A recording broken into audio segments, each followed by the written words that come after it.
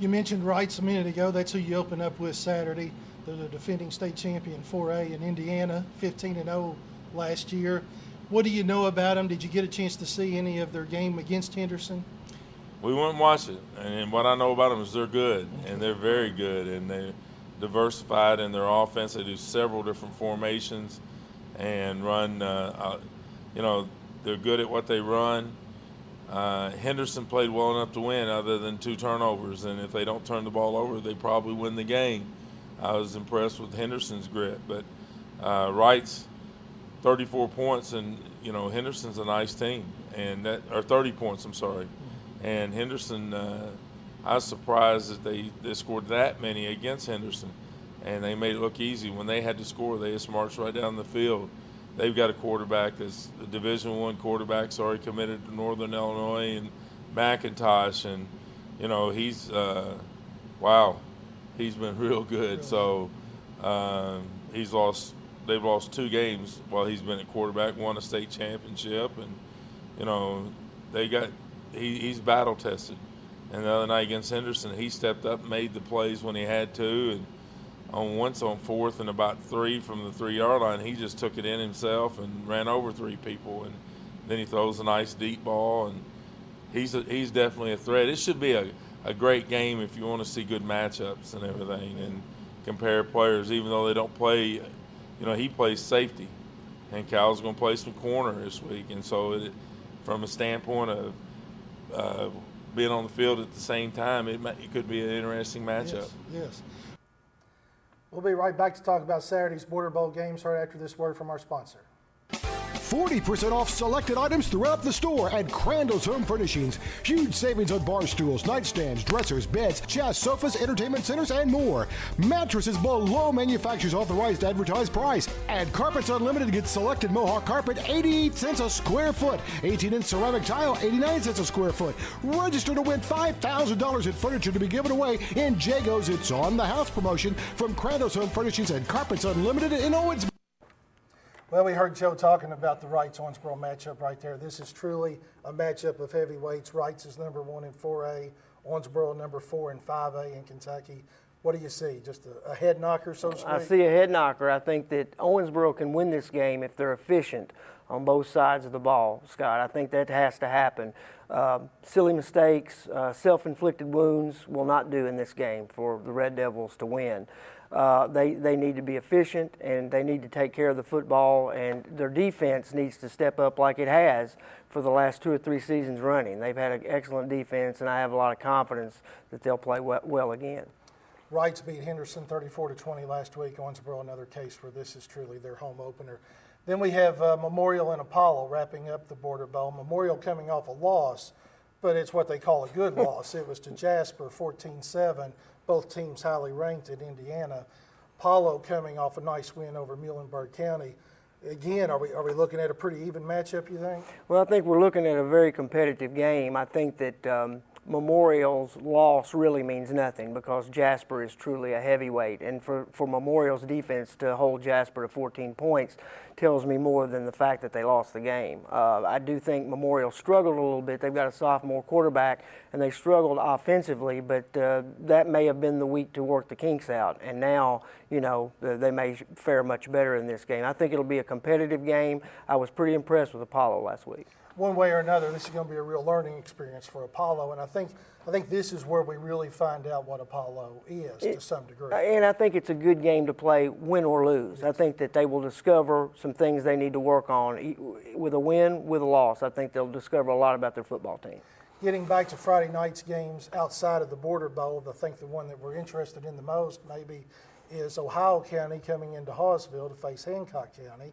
Hancock loses 34-0 to Grayson last week. Ohio just kicking off their season.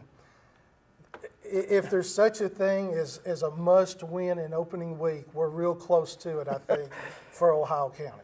Well, I think so. I mean, and the good news for Ohio County is this. 2 years ago, they beat Hancock County in Hawesville, and that's the last win they've had.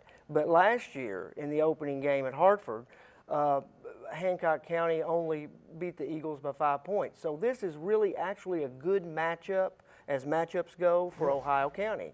They've proved that they can play with Hancock County, and they actually have a chance to win this game. I don't think there's any question about that, because while we had high expectations for Hancock County, when Grayson County holds you to just 90 yards, and taking nothing away from Grayson, they're a very good team. Right. But when you're held to 90 yards, I mean, you really accomplished nothing. Well, you still have questions. Absolutely. You have questions to answer. Absolutely. Yep. Next game, we bring up Grayson County because Grayson County's going into Muhlenberg. Muhlenberg loses to Apollo last week, and we just said Grayson rolled over Hancock. So on paper, this looks like Grayson, pretty easy.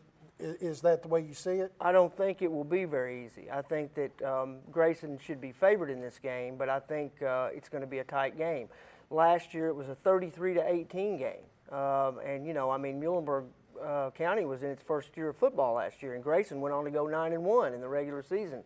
So this may be another situation where it's actually a pretty good matchup for Muhlenberg County. Having said that, I really came away from last week impressed that Grayson County, with all their graduation losses, could pin a 34-0 defeat on Hancock County. That opened my eyes a little bit about their program. Well, there's no question. And it wasn't that it so much opened my eyes about Grayson, it opened my eyes about Hancock. Right. It gave me some worries about them. As far as Muhlenberg County, I think what we like about Muhlenberg is they have athletes, it seems like, all over the field. I think we're just like waiting for all that to come together. They do, and I'm going to tell you something. Bad football teams don't put up 26 points in a quarter against good football teams, and that's what happened last week against Apollo. They scored all 26 points in the fourth quarter, which shows you their quick-fire capability, and Dalton Oliver, he can light it up quickly. So, I mean, this is not a gimme for Grayson by any means. Last game of the week is McLean County going to Todd County Central, and it's almost been just by, force of habit. When a team goes to Todd County Central, you put a W by their name because, let's be honest, Todd's been really bad for quite a while. But all of a sudden, Todd beat Todd County 30-12 last week. We know McLean County is coming off the big loss to Catholic. I'm starting to think this is a tough test for McLean County this week. Well, I think it is a tough test, especially this is on the road. This is at Elkton. Tough place to play when Todd County is decent. When they're decent, this is a tough place to play. Some years, Todd is so bad, frankly, that it really doesn't matter whether it's a home or away game. This year, I think it does work to Todd's favor for this game that it's at home. And I think McLean County will face a difficult test down there. I don't think there's any question. One of the big changes, most likely, and I'm not real familiar with the Todd County program, but they have a new coach. Yeah. They brought in Brian Jones. That's right. And I think this was a program in desperate need of just a revitalization, and it all starts with the coach. Sometimes you just need a breath of fresh air, and a new coach can do that sometimes. Bring in a new system, bring in a new mentality, and some new enthusiasm. I think based on their opener, winning over Hart County handily, I think that they've got that. Yeah. All right, moment of truth. This is first go-around for this year, so, we want to see a 7-0 on the board here. Yeah. Prediction time, Bowling Green against Daviess County. Bowling Green wins this one handily. Okay, Warren East versus Catholic. Catholic wins. I've got this one by 4 touchdowns. I'm going to take DC. I'm going to take Bowling Green. I think DC is going to be a team on the move, but I'm going to take Bowling Green in this one. And Catholic, I think, rolls because I'm as impressed with Catholic at this point in the year as I could be. Now the real tough ones. Evansville Reitz against Owensboro. Well, it's a tough pick. It really is. I've been tugged both ways all week, and I think that I finally came down to Owensboro. I have a lot of faith in their defense, and I have a lot of faith in their special teams. They have a great kicking game. I know that they have lost their main guy, Ross Gillum, this year, but they've got new kickers coming in that are very good. I watched them in practice the other day. Their kicking game is going to be solid. Their defense is going to be solid. If they take care of the football, I pick them to win by field goal. I think it comes down to whose quarterback plays the best. You got 2 top-rated quarterbacks, and I really think Cal Prince is going to come out and get it done. I'm going to pick Owensboro. Memorial Apollo. Well, this is another tough pick. I'm going to go with Memorial on this one because I like their defense against quality competition. They were really tough against Jasper. And this is not a diss on Apollo by any means. Apollo's good, better than advertised, but I think that Memorial wins this one by a touchdown. Absolutely. I think Memorial will win by more than a touchdown. I think Memorial is a very good team who just happened to play a really good team last week. Right. Ohio Hancock. I'm going to go with Hancock here. I think that they will be highly motivated in this game.